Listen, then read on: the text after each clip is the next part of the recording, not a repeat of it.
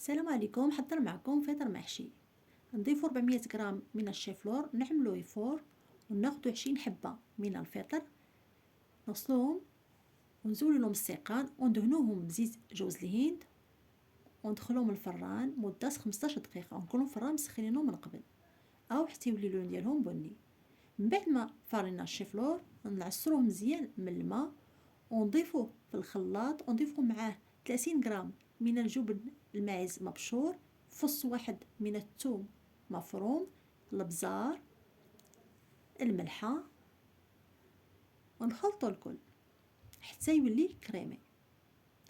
ومن بعد ما نخرجو الفطر نعمرو بالحشوة الشيفلور، وفي الاخير نضيفو قطع سوسيس نحمروه، قطع من الزبدة بلدية، وفي الاخير نزينوه بسيبولات ونقدموهم كجواجبة خفيفة او كمقبلات او كطبق جانبي بالصحة والراحة.